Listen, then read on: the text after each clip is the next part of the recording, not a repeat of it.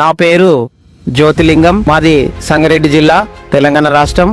నేను ప్రభుత్వ ఉపాధ్యాయుడిగా పనిచేస్తున్నాను. ఈ ఏసీఎఫ్ సంస్థ నిర్వహించినటువంటి మొదటి ఎగ్జామ్లోనే 2వ స్థాయిలో 2వ ర్యాంక్ సాధించాను. ప్రొద్దున లేస్తుంటే మనం ఫోన్ చూస్తుంటాం, వాట్సాప్ లో చాలా రకాల మెసేజ్లు వస్తుంటాయి. అట్లా వాట్సాప్ లో మెసేజ్ చూసినప్పుడు పోయిన సంవత్సరం పాంప్లెట్ కనబడింది ఏసీఎఫ్ సంస్థది. గుంటూరులో ఇలా పరీక్ష నిర్వహిస్తున్నాము, ఇది రండి అని అందరి ఆహ్వానం అని ఆ పాంప్లెట్ యొక్క సారాంశము.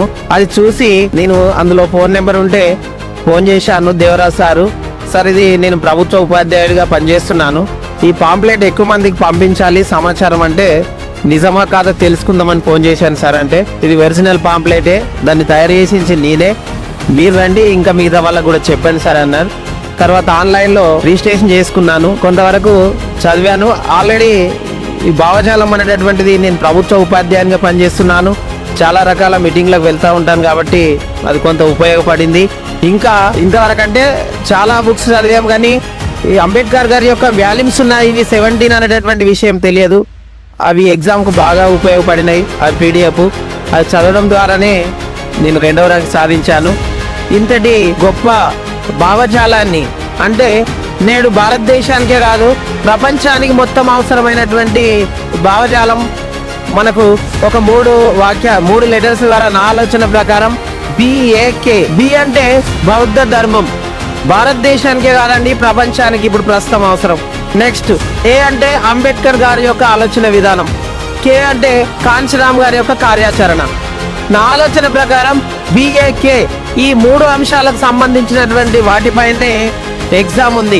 బహుజన వారియర్, రాజ్యాంగం, బాబాసాహెబ్ అంబేద్కర్ రచనల ప్రసంగాలు అనేటటువంటి కూడా ఈ 3 అంశాలపైన కేంద్రీకృతమైందని నా ఆలోచన. అంటే నేను అవగాహనకు వచ్చాను. అంటే బౌద్ధ ధర్మం అనేటటువంటిది ఎలాంటి వివక్షత లేకుండా అందరికి సమానత్వాన్ని ఇస్తూ సమాజంలో అన్ని అవకాశాలు కల్పించేటటువంటిది, మూఢనమ్మకాలకు దూరంగా తన విచక్షణ జ్ఞానాన్ని ఉపయోగించి స్వయం సమృద్ధి చెందడానికి అవకాశం కల్పించేటటువంటి ధర్మం బౌద్ధ ధర్మం. మనిషిని సన్మార్గంలో నడిపించేటటువంటి ధర్మమే బౌద్ధ ధర్మం. అది బుద్ధుడు బోధించినటువంటి ధర్మం. సాధారణటువంటి మన జీవితంలో అవలంబించేటటువంటి విషయాలు ఉన్నాయి మనకు, అవి కూడా శ్రీచరణాలు చెప్పాడు, 4 ఆర్య సత్యాలు చెప్పాడు, 5 పంచశీల చెప్పాడు, 8 అష్టాంగ మార్గాలు చెప్పాడు. అవన్నీ మన నిత్య జీవితంలో ధర్మబద్ధంగా నడుచుకుందాం, అబద్ధాలు ఆడకుండా ఉండడం, దొంగతనం చేయకుండా ఉండడం, ఇలాంటిది. బుద్ధుడు చివరికి నేను ఎన్ని చెప్పినా మీకు నిజం అనిపిస్తే మీ విచక్షణ జ్ఞానాన్ని ఉపయోగించే మీ జీవితంలో అవలంబించాలని చెప్పారు. భారతదేశంలో పుట్టి ప్రపంచవ్యాప్తంగా ప్రపంచ దేశాలకు పాకినటువంటి బౌద్ధం అనేటటువంటిది ధర్మము. అది భారతదేశానికి ప్రస్తుతం ప్రపంచానికి అవసరము. అప్పుడు మాత్రమే ప్రపంచం వసుదైక కుటుంబంగా జీవించగలుగుతుంది. లేదంటే భారతదేశం కులాల వారిగా, మతాల వారిగా, ప్రపంచంలో ఇంకా రకరకాల మతాల, కులాల వారిగా, వర్గాల వారిగా తన్నుకు సచ్చేటటువంటి అవకాశం ఉంది. ప్రస్తుత తరుణం అదే జరుగుతుంది. ఇప్పుడు వాట్సాప్ యూనివర్సిటీ అని ఇంతకుముందు ఒకసారి చెప్పారు. అట్లా అసత్య ప్రచారాలు నిత్యం మనకు వాట్సాప్ రూపంలో, మీడియా రూపంలో వస్తున్నాయి. సత్యం అనేటటువంటిది మరుగున పడిపోతుంది. సత్యాన్ని కూడా నిరంతరం ప్రచారంలో ఉంచాలి, లేకపోతే అబద్ధం ప్రచారంలోకి వస్తుందని బాబాసాహెబ్ గారు చెప్పారు. అలాంటి ఆలోచన విధానాన్ని ముందుకు తీసుకెళ్లడానికి ఏసీఎఫ్ సంస్థ దేవరాజ్ సార్ గారు బోధించు సమీకరించు పోరాడేటటువంటి అంబేద్కర్ ఆలోచన విధానాన్ని బోధించడానికి, సమీకరించడానికి ప్రయత్నం చేస్తూ ఇలాంటి గొప్ప ఆర్గనైజేషన్ ఏర్పాటు చేసి భావజాలాన్ని ముందుకు తీసుకెళ్లడానికి ఈ ఎగ్జామ్స్ నిర్వహించారు.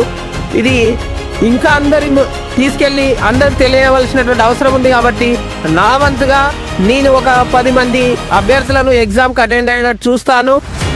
మళ్ళీ ఇంకా ఎగ్జామ్స్ కండక్ట్ చేయడానికి నేను ఫస్ట్ ఎగ్జామ్స్కి వచ్చినప్పుడే సార్తో రాత్రి 12 గంటలకు వచ్చి 4 గంటల వరకు మేమిద్దరమే మాట్లాడుకుంటూ కూర్చున్నాం.